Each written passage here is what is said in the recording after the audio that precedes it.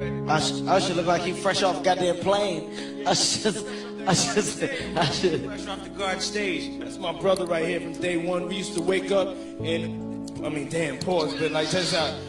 I mean, back in the days when he was like 10 and I was a little bit older, his older brother, we used to fight over the Frosted Flakes. You know what I'm saying? Before pause was invented. You know what I'm saying? But it's my brother for real. We used to actually wrestle off of the... Fifth, when you continuously call Puff gay, does that affect your relationships in Hollywood? I don't call him gay. I said, let me read it, Fifth. Oh my God. Sorry I can no longer help you guys. Soon you will all be gay and happy. You are all now left under leadership of Puffy Daddy. Report to the nearest rainbow. Listen. I'm only saying that because of that what's the name interview? Nori. The Drink Champs. Yes. Daddy, I like when you scrambling and scraping. Like just see where I look back on where I became. Did you miss me though? For real, because it seems like a thing. It's his birthday party, man. Man, but I'm talking about for your birthday. Huh? Why won't you party with me for your birthday, man? We partied for my birthday before. You came to my party.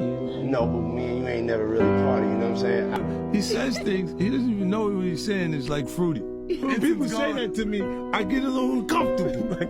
I get uncomfortable. Like he said something to me one time, a long time ago, at Chris Lighty's wedding. He told me to take me shopping. I looked at him like, what you just say? Let me move, man, before I do something. You gonna make me mess up the wedding. Can I go? When you see Jadakiss put his head down like, while we stuck here right now, and the cameras is rolling, everybody see. Don't make like it's just me, man. Buffy do some like, little fluffy stuff. Now you guys are all in. I don't know what Buffy said about what you want to do with Fabulous. Has nothing to do with you, bro. But does it ever affect your relationships in Hollywood? They like, Fifth, stop you. No. Gay bash. It doesn't, because they know that I'm poking at what he's saying. But people know what comes with 50. Like, they kind of know what comes with you. Right, because it's been very consistent. So you can't come to me and say, why did you say this, when I've been saying this the entire time. Like, It's 150 times I said that. After settling the Cassie lawsuit, there are now 2 more accusers who have come forward and filed lawsuits in New York State against him. The third one is really a woman who is alleging that she was raped by Diddy and also singer Aaron Hall back in, she says, either 1990 or 91. There's a lot of detail that makes people look at it and think, is there something here? And that's, people were still saying that about the Cassie lawsuit when these other 2 lawsuits came up on Thursday and Friday, that those were filed. So it's very clear that this is going to be something Diddy has to continue to face, whether it be in court or just in the court of public opinion, where people are wondering about these accusers and wondering if what they're saying here is true. Now, Diddy has denied the allegations, just as he did with Cassie. He said, Ja Rule. I said, well, he busy right now. He said, he busy doing what? I said, he with Puff, they're in the room, they busy, they don't want to be bothered. He said, well, I'm going in there. I said, bruh, you ain't going in there because he told me they don't want nobody to be bothering them. He was like, yo, I don't care, man. I'm going in there. That bull like that. I said, yo, bro, Jesus Christ had to come down here and take the air out of my body before you get in that room right there. Watch. He tried to bum rush me. I grabbed him and threw him against the piano. When I threw him into the piano, Puff and Ja Rule runs out the room.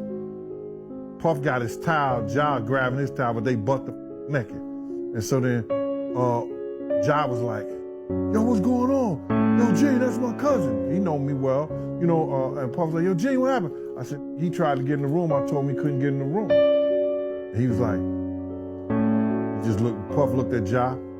He said, yo, Ja said, you ain't want to go in that room because there's a lot of freaking going on. So I was like, oh, he said it was a lot of freaking going on. So that was basically that story, man. You know what I'm saying? They went back in the room, dude felt a certain kind of way, and he left out. The Cassie thing, I didn't know her, but I knew somebody like her, and that was Kim Porter.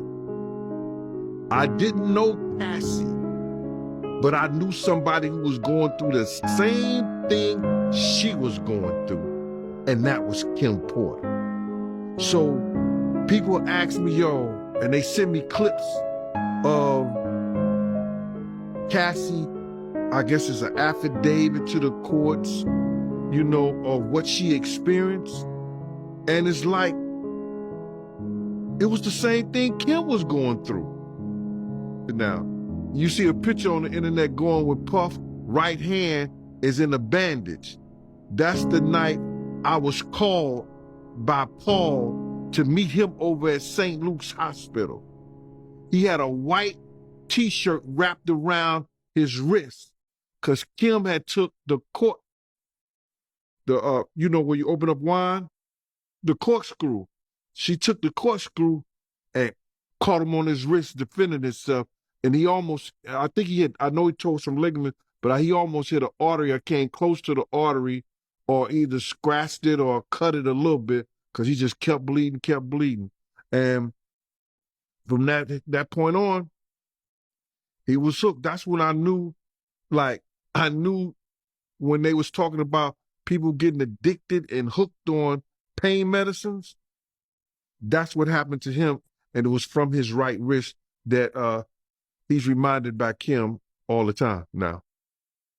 And looking at this lawsuit, right? You know what I mean? I got in my Diddy mode. I'm sorry, I started licking my lip. You know what I'm saying? I mean, yo, Diddy, you gave me the ooshka screw smash. You gave me the ooshka smooth off. The smooth smash. Diddy. Yeah, son. You know what I mean? You know what I mean? You gave me the ooshka smooth wash. I love it, yo. I love it. You gave me the ooshka smooth wash.